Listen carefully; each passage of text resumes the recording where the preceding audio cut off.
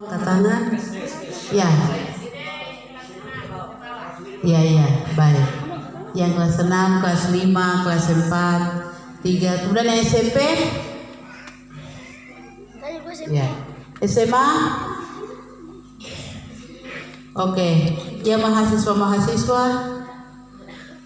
Ya, ada mahasiswa di sini yang pegawai.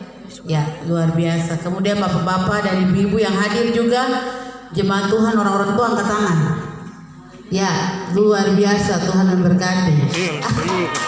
Kalau pasien itu sudah terima, sudah lingkungan ini orang tua.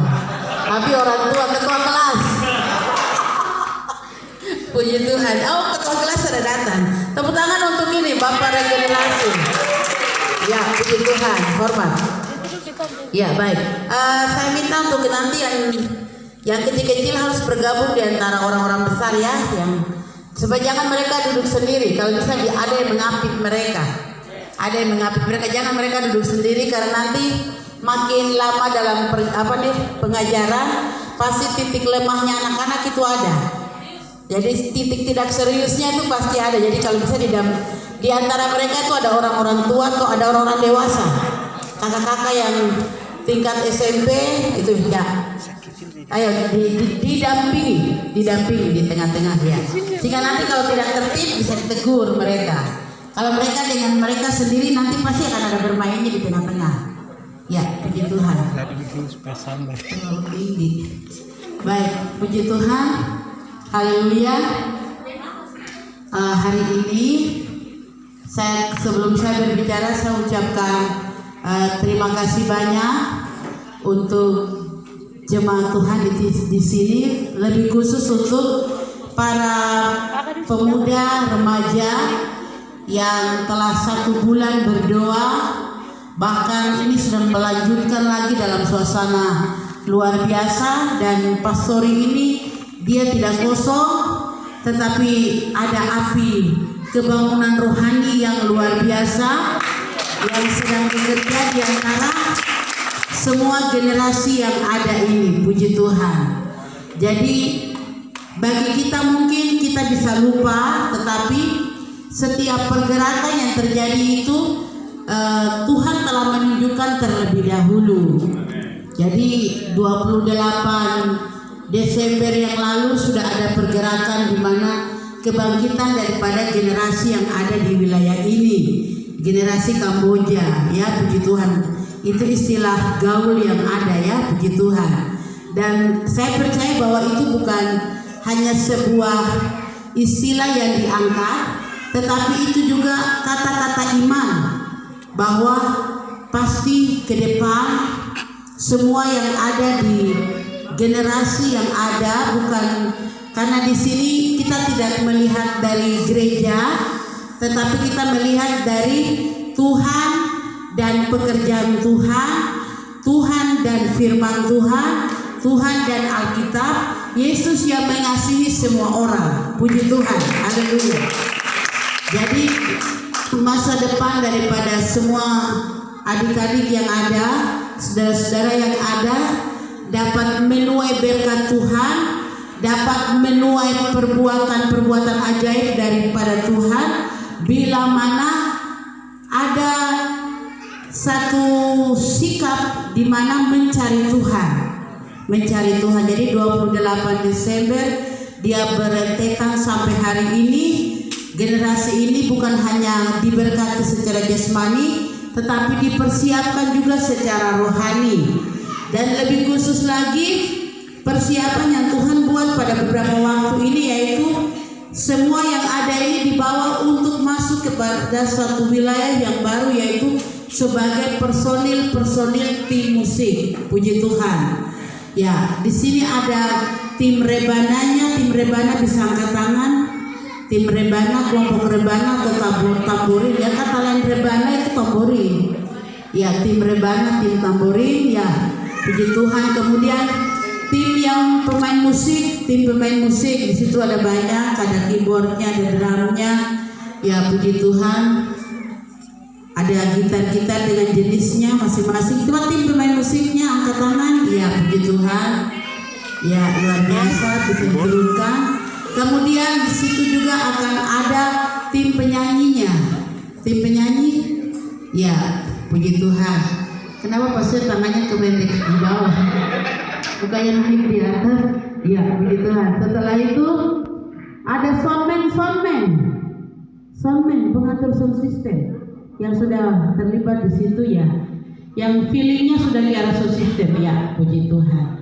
Haleluya. Ini dari tingkat anak-anak sampai kepada dewasa sedang dipersiapkan Tuhan di tempat ini. Begitu. Lebih umum kita selalu dengar. Saudara-saudara sudah pada umumnya sering dengar ya. Kalimat keren tentang harga diri itu pasti di rumahmu kau akan dengar itu dari papamu, mamamu, orang tua, teman ngobrol, apalagi di ranah wilayah Maibrat, wilayah Kampus Kato secara umum, kalimat harga diri. Kalimat ini kalimat yang kita tidak akan terlalu membicarakan ke situ. Kalimat ini kalimat yang nanti kita tidak akan terlalu mengambil bagian itu di dalam kita punya kehidupan. Bila saudara dan saya sebagai seorang anak Tuhan, kriteria anak Tuhan saja itu sudah banyak sekali aturannya. Anak Tuhan kemudian pelayan Tuhan itu sudah lebih tinggi lagi. Kalimat diangkat menjadi seorang anak saja, aturannya sudah sangat banyak. Aturan firman-Nya sangat banyak. Saudara tidak mungkin punya wajah akan beda daripada papamu atau mamamu. Pasti ada kemiripan di situ. Nah, sekarang sebagai seorang anak Tuhan atau sebagai seorang pelayan Tuhan, saudara dan saya punya kategori yang dikatakan kalimat nilai diri. Nilai dirimu sebagai anak Tuhan, nilai dirimu sebagai seorang pelayan itu harus ada. Nilai diri ini nanti kalau dia punya hubungannya juga dengan kualitas hidup yang berkualitas sebagai seorang anak Tuhan. Baik, kita akan lihat dia punya konsepnya dari kitab Mazmur 119.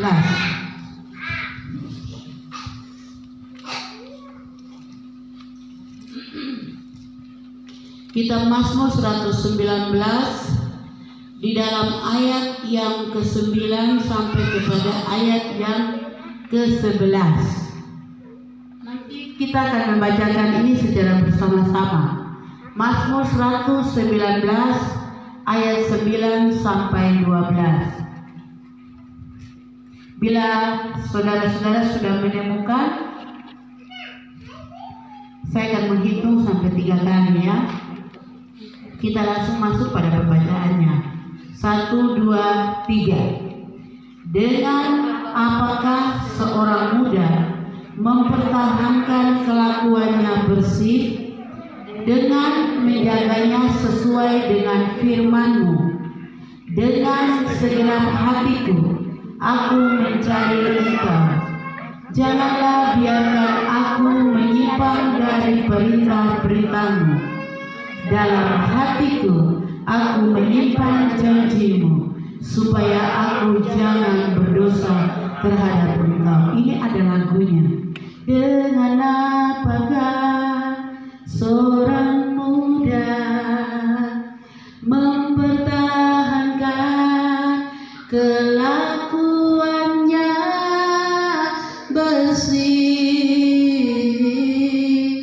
dengan menjaganya sesuai firman-Mu. Dengan segenap hatiku ku mencari Engkau. Jangan biarkan ku menyimpan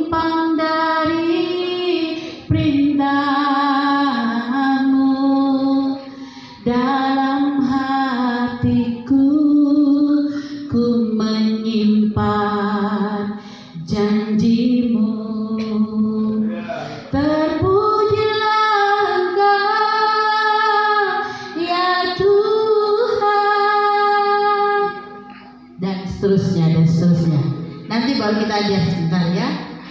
Baik. Firman Tuhan di sini dikatakan, ini sebuah pertanyaan. Dengan apa seorang muda itu bisa mempertahankan kelakuannya? Dengan apakah seorang muda?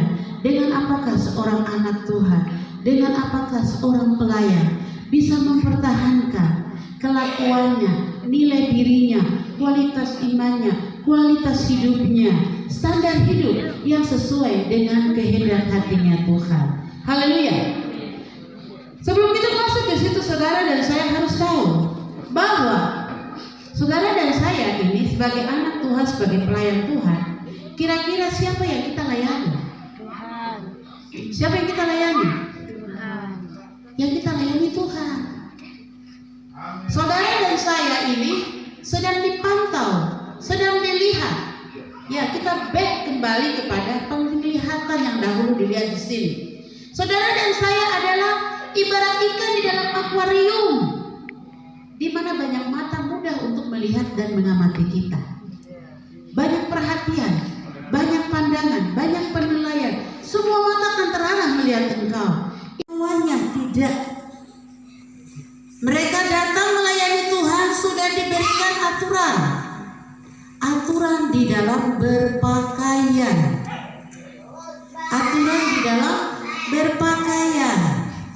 Nah, nanti kalau saya masuk ke sini nanti sampai kepada banyak hal. Tidak bisa kita berpakaian yang sembarangan. Di sini sampai nanti kita di luar sana pun, di sekolah sana pun, di tempat yang bukan di gereja, saudara-saudara punya langkah hidup itu akan dilihat, akan diawasi, diamati, jadi bahan cerita, jadi buah bibir.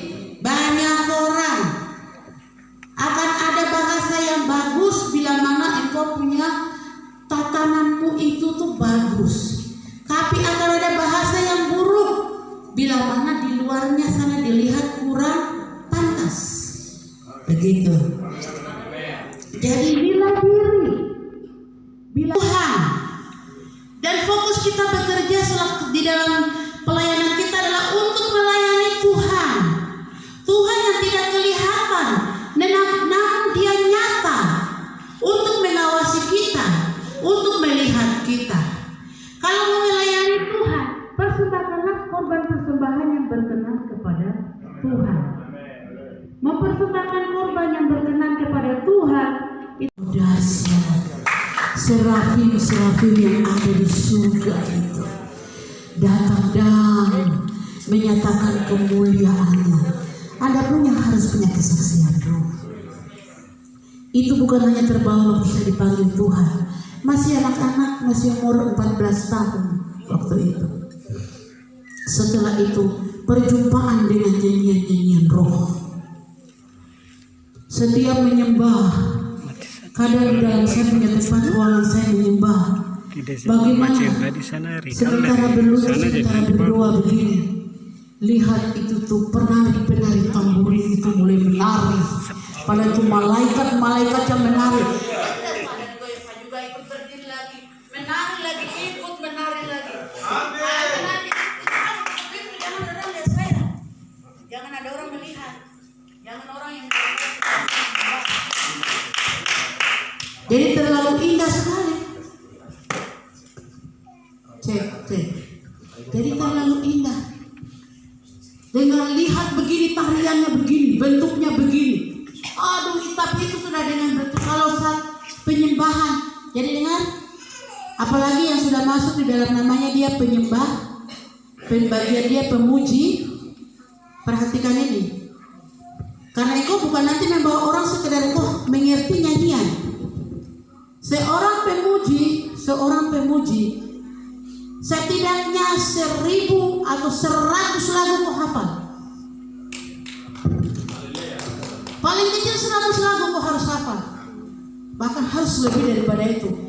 Di otakmu, di feelingmu, di alam bawah sadarmu tuh rekaman dan file-file lagu tuh yang lebih nyangkut di otakmu.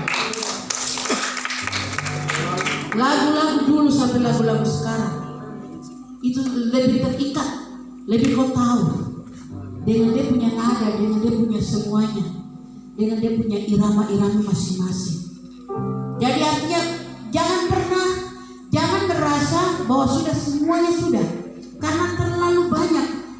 Pujian dan penyembahan itu kan di dalam firman Tuhan tuh diibaratkan seperti air yang mengalir, air terjun yang mengalir, sungai yang mengalir, tidak akan pernah berhenti. Selalu saja ada hal baru, selalu saja baru, selalu saja baru, selalu saja baru. Karena di dalam kita melayani ini, melayani musik, sebagai pemusik, sebagai pemuji, sebagai penari tamborin, saudara harus punya, tadi saya jelaskan, saudara harus punya pengalaman pribadi dengan Tuhan. Saudara lebih lagi punya pengalaman di dalam menikmati yang namanya hadiratnya Tuhan. Hadirat Tuhan kau akan nikmati, dan itu beda. Makanya doanya tim musik itu beda dengan pendoa syafaat cara berdoa. Beda. Doanya tim musik beda dengan hamba-hamba Tuhan punya cara berdoa. Pendoa syafaat cara berdoa beda dengan hamba Tuhan cara berdoa. Kalau hamba Tuhan nanti lebih banyak mengulas dan duduk saling berdiskusi firman. Pendoa syafaat lebih banyak kepada berdoa, meratap, menangis, mengeluh. Jarang mereka bicara untuk saling berdiskusi. Kalau pemusik, dia punya wilayahnya adalah pujian, penyembahan, pujian, penyembahan, pujian, penyembahan, pujian. Dia akan berada di situ dan itu kesukaannya dia, karena itu wilayahnya dia. Selalu nanti akan ada lagu-lagu baru. Lagu apa yang nanti akan muncul saat ini? Bukan lagi diri kita yang mengatur. Tiba-tiba begini roh mengilhamkan dalam pikirannya. Lagu ini mulai masuk. Setelah itu bukan hanya lagu, penyembahan di dalam roh juga dia punya variasinya banyak. Variasi penyembahan itu banyak. Makanya orang yang menyembah Tuhan itu harus tahu menyembah. Orang yang melayani di dalam tubuh Kristus ini harus tahu menyembah. Tidak bisa hanya haleluya haleluya saja. Harus tahu bahasa roh. Bahasa roh itu gudang bahasanya banyak. Bentuk bahasanya banyak. Kau kalau orang menyembah di dalam roh, kau tidak tahu berbahasa roh bagaimana? Kau tidak tahu cara berbicara bahasa roh bagaimana? Kau tidak tahu irama berbahasa roh bagaimana? Wah, ini itu sudah saya sekali. Ini bukan kita sekedar pujian saja tuh, baru kemudian diam dan masing-masing merenungkan Tuhan. Dah, tubuh Kristus ini punya satu kekayaan. Orang dibawa untuk menyembah. Makanya seorang yang memimpin penyembahan atau seorang leader di dalam penyembahan, dia sudah tahu gerak roh saat ini bawahnya bentuk penyembahan apa, bentuk penyembahan apa, bentuk penyembahan apa. Pukulan penyembahan akan beda-beda. Ada jenis penyembahan. Jenis penyembahan bentuk irama peperangan ada. Bentuk irama yang sejuk seperti lautan teduh itu ada. Bentuk yang seperti kau dibawa di dalam pedalaman di daerah Papua. Yang dimana kau menyembah itu tuh, pukulan tifa saja itu sudah terlalu terdengar indah. Kalau kita lari di dalam roh, dengar pukulan tifa itu sudah, karena nuansa rohmu. Ada saudara itu katakan, animasi surga itu dia akan datang. Kau menyembah Tuhan, kau menikmati animasi surga yang membawa engkau bermain. Ini nanti dia masuk kepada banyak hal lagi. Ini sama dijelaskannya secara garis besar. Ini masih garis-garis besar, belum diperjelas masing-masing. Di dalam tingkatan penyembahan itu pun nanti ada bentuk tingkatan penyembahannya Raja Wali. Ada bentuk tingkatannya penyembahan singa. Ada bentuk tingkatan yang bentuknya itu seperti lembu dan bentuk seperti anak manusia yang menyembah Bapa. Roh akan membawa itu. Karena ini roh pelayanan yang ada di surga, yang dia turun mengurapi pemusik di dalam membawa suasana di dalam ibadah itu. hamba Tuhan yang menyampaikan firman itu, mereka tinggal berdiri saja. Pensyafaat itu tinggal menerima pernyataan Tuhan. Tetapi pendukung sebuah acara ibadah, musik. Itu sebabnya orang musik itu datangnya lebih awal, pulangnya terakhir. Dia yang sudah harus datang duluan. Makanya disiplin, nilai diri harus diperhatikan. Ketepatan waktu.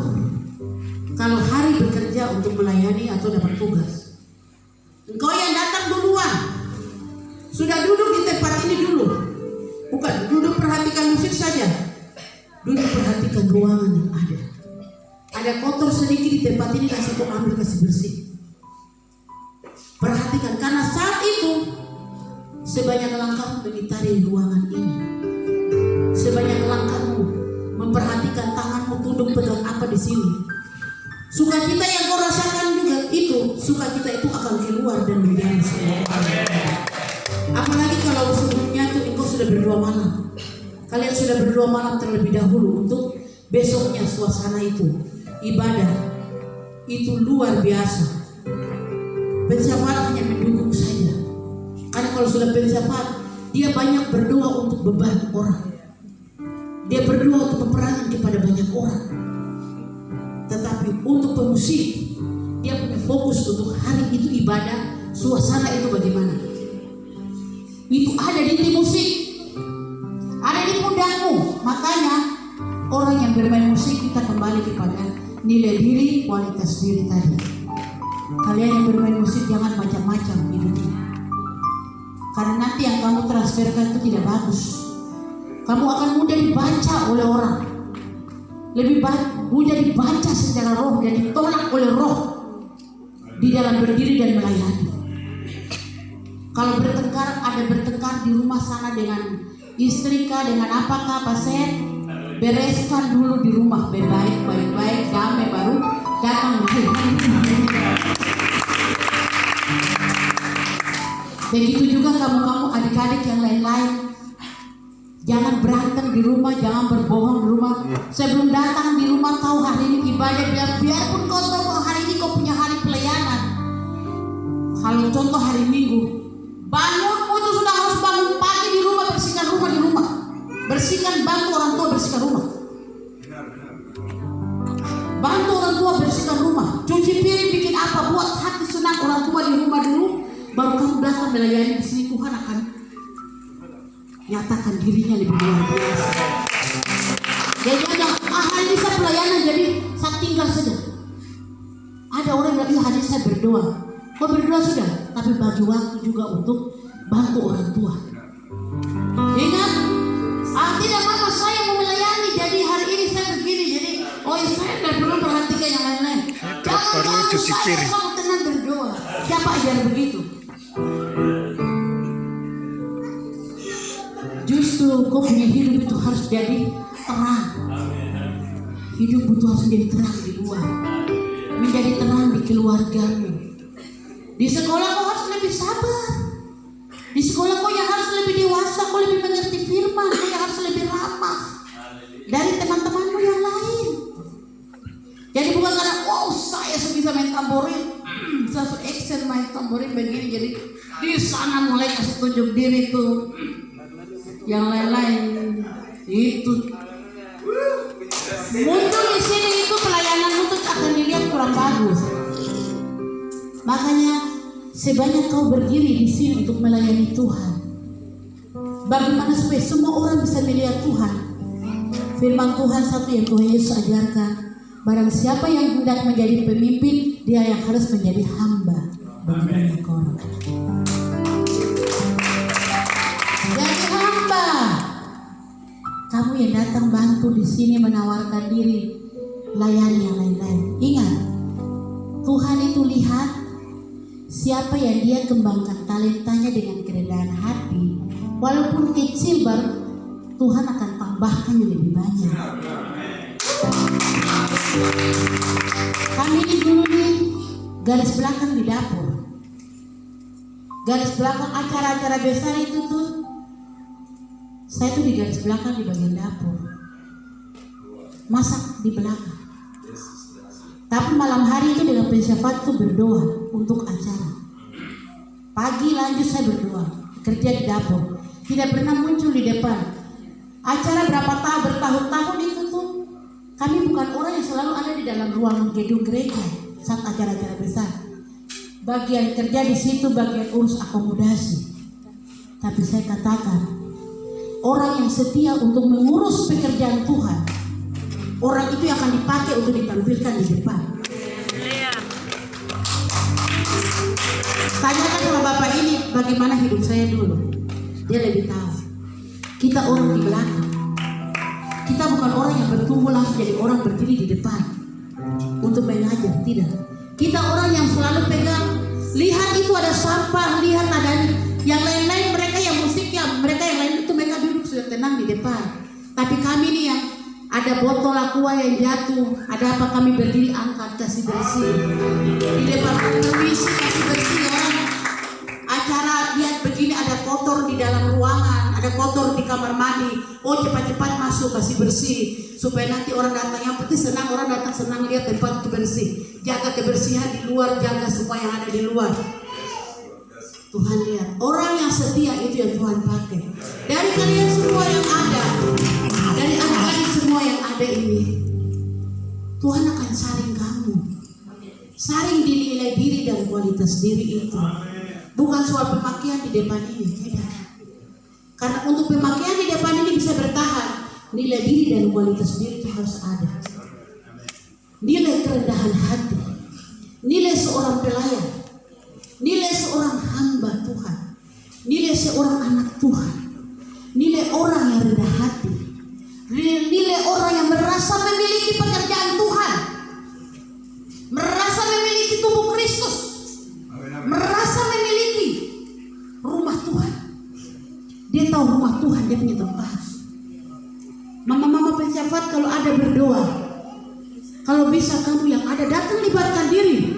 Walaupun kamu tidak mengerti, yang penting kamu duduk di situ ikut berdoa supaya kamu mengalir di dalam penyembahan mereka. Kamu mengalir dalam penyembahan mereka. Baru kamu akan tahu bagaimana rahasia mendukung keberadaan satu jemaat di dalam sebuah ibadah yang ada.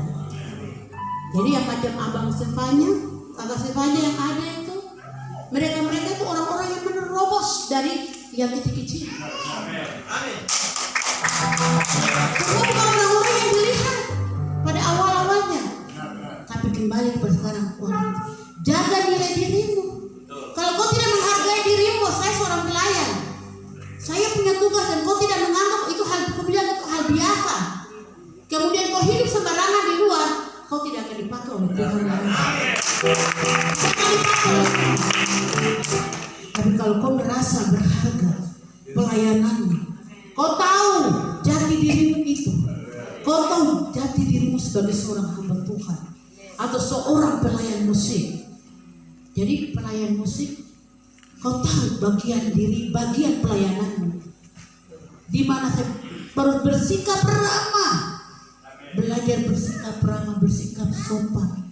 Banyak bertanya kepada kakak-kakak yang ada, merendahkan diri. Di sini juga akan ada jenjang. Sadar tentang jenjang itu harus ada pada kita semua yang ada. Sehingga bila kau tampil, orang lihat kau dari orang yang tadi istilahnya orang bilang, kau ibarat ikan yang orang pandang. Dirimu tuh ibarat pakaian yang dipandang dari luar, dari etalase. Orang akan senang dan ramah. Hidupnya di sana bagus, dia anaknya manis, dia anaknya sopan, dia tidak tahu jalan malam.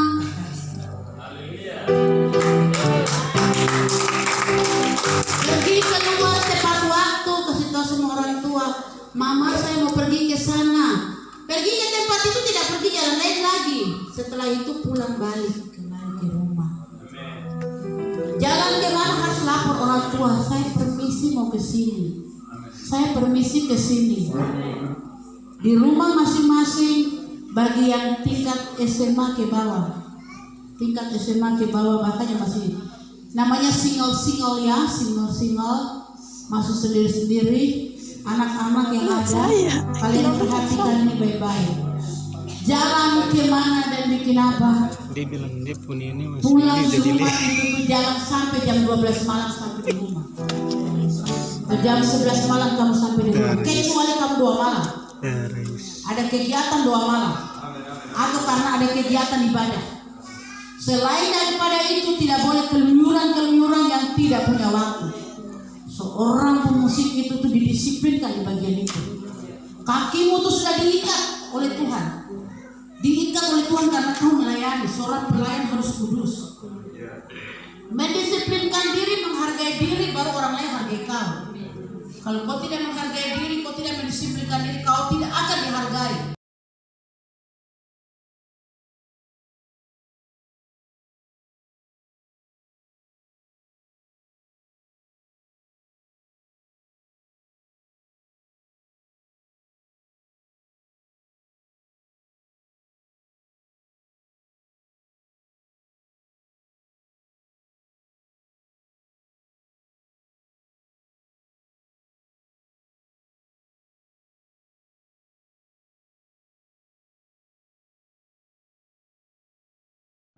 Tapi Tuhan tuh sudah tahu waktu.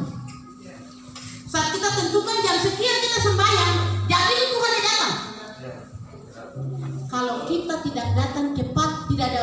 Saya punya istilah begini, saya datang duluan supaya saya tahan Tuhan berkaki dulu, jangan supaya jangan di jalan pergi karena lihat kita tidak ada, kamu lain tidak datang, jadi saya duluan saya tahan Tuhan berkaki dulu di sini.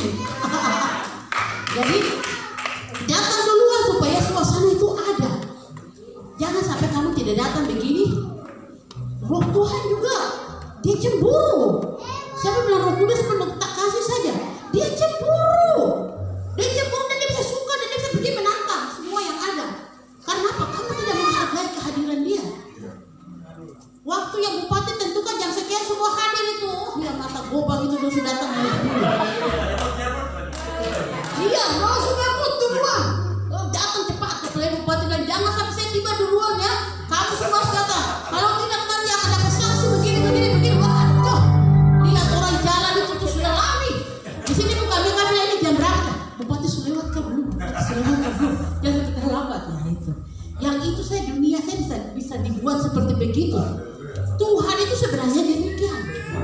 Lebih daripada itu, dia punya jam, dia punya waktu, dia tentukan waktu. Jam sekian kita mulai ibadah. Jam sekian kita mulai ibadah. Jadi perhatikan ya, hati-hati juga untuk menyembunyikan waktu. Karena dunia roh itu lebih menghargai waktu daripada kita. Dunia rohani Tuhan itu menghargai waktu. Semuanya yang ada tutup mata, arahkan hati kepada Tuhan. Haleluya, haleluya. Glory, glory, glory, glory, glory. Haleluya, haleluya. Yesus, Yesus luar biasa. Haleluya, haleluya. Terus arahkan hatimu kepada Tuhan. Serahkan hatimu terus kepada Tuhan. Hal-hal apa yang masih kurang di dalam dirimu, katakan kepada Tuhan. Tuhan, ini saya. Ingat hal-hal yang kurang dalam dirimu. Tuhan bersihkan saya. Tuhan lepaskan seluruh.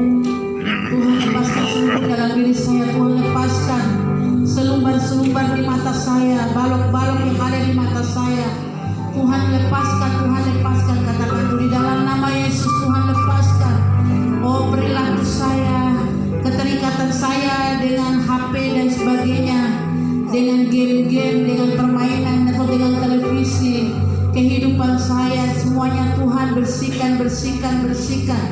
Bersihkan saya di dalam nama Yesus. Tuhan bersihkan, bersihkan, bersihkanlah umat-umatmu, bersihkanlah anak-anakmu, bersihkanlah hamba-hambamu, pelayan-pelayanmu ini. Oh